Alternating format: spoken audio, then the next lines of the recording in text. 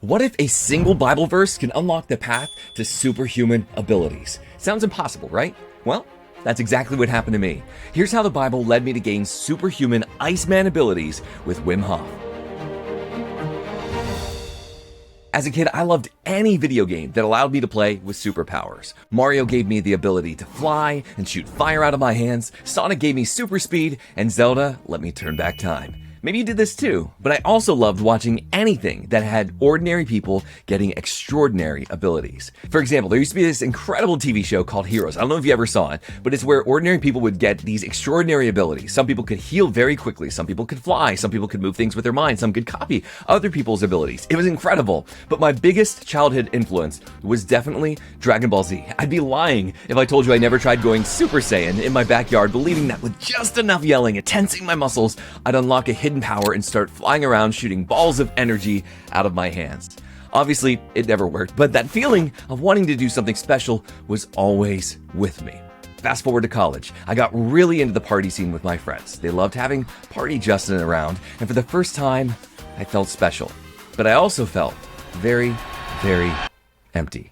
I stopped making decisions for myself and just did what my friends wanted me to do because honestly, I liked making everyone happy. I just hope that one day it would make me happy too. So that summer, I went to a Christian summer camp as a counselor. I was supposed to be teaching people about God, but I only really knew what my friends told me. So one night, my friend was leading a devotional for 5th graders and asked them, "Did you know it's okay to question what you believe?" Now this question rocked me. Here's some quick context. I grew up around Christians and basically copy and pasted their beliefs into my life. I just trusted that if they said it was the right thing to do, they were right. You know, like when your parents told you to do something simply because they said so. I knew that if I ever challenged my dad when he said that, depending on how old I was at the time, I either got spanked or grounded. So imagine how I felt whenever I thought about questioning God. So when I heard Jared say to these kids, it's okay to question what you believe, I felt like it gave me permission. I wondered if there was something that I was missing. Was this why I felt so empty? Could my life actually be better? Maybe, but how? So that night, I decided I'd read the Bible for myself and just test it. If God's way is supposed to be better than just listening to people, let me test it myself. Fast forward a couple of weeks, Jared shows me this one verse in the Bible that changed my life. It's in John 14:12, and Jesus says, "Very truly I tell you, whoever believes in me will do the works that I've been doing, and they will do even greater things than these, because I am going to the Father." Greater things. So wait, hold up. Maybe I was reading it wrong originally, but the way that I read it was, Jesus, the guy who walked on water and healed blind people, was saying we can do the same works and even greater? Now, here's the thing. What just locked into my mind from reading this is that I felt like God just told me we can unlock superhuman abilities like Jesus when we believe in him. Now, I felt like this was the greatest life hack ever. So in this new season of testing what the Bible says, I prayed something like this.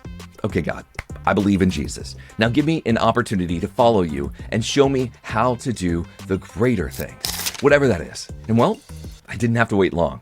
A few weeks after, Jarrett randomly sent me a video of a guy named Wim Hof, a man who could control his body temperature to stay warm in freezing temperatures and had multiple Guinness World Records to prove it. This video goes on to make us believe that Wim is the only one who can do this. But something weird happened. I got this overwhelming feeling that this was the example of the greater superhuman ability that God wanted me to dig into. So after tons of Googling and YouTube videos, I learned that there were Tibetan monks who could do similar to what Wim can do through an exercise called 𝗂𝗨. And I saw that there was actually a Tibetan monk teaching the exercise in California. So I saved up my money as a dishwasher and booked a flight. The training was intense, involving hours of explanation and exercises in very, very cold rooms. But by the end of it, it worked. But there was this one catch, and this technique required me to be still, sitting on the ground. I wanted to do the things that Wim could do. I didn't see Wim running and then stopping and sitting on the ground. He was constantly moving. So I was frustrated. I returned home and just kept searching. I told God if he wanted me to keep doing this, to show me how. So after watching more Wim Hof videos, I actually found his email address. I reached out, shared my story, the journey of the Tibetan monks, and my desire to learn from him. Now, what's crazy is that a few minutes after I sent the email, he responded. He was encouraging me and saying that anyone could learn his methods and he'd be happy to train me. This began my journey with Wim Hof. Over the next year, I would travel to Poland, Amsterdam, Spain, Finland, training with him, learning to master the cold. Each step of the way was filled with crazy, dangerous challenges that led me to sometimes face frostbite, hypothermia, and near-death experiences. Why did I do it then? Honestly, whenever I was afraid and in those situations, I would just ask God to save me and show me what I needed to do next to get me through it. Because at this season, remember, I'm testing the Bible, so I want to do everything with God. So one of the scariest moments that I was in was when I was hanging on the side of a mountain, thousands of feet in the air. We were climbing it to train in the snow at the top of the mountain. I had no safety hooks, no training, just following Wim Hof in a foreign country. I was terrified. I began doubting myself and God and thinking maybe I had been wrong all along. So I just straight up, I told God, look, you got me here. I don't know what I'm doing. And if you are real, if you really are real, I need you to get me through this so that we can show others that what you say in the Bible is real.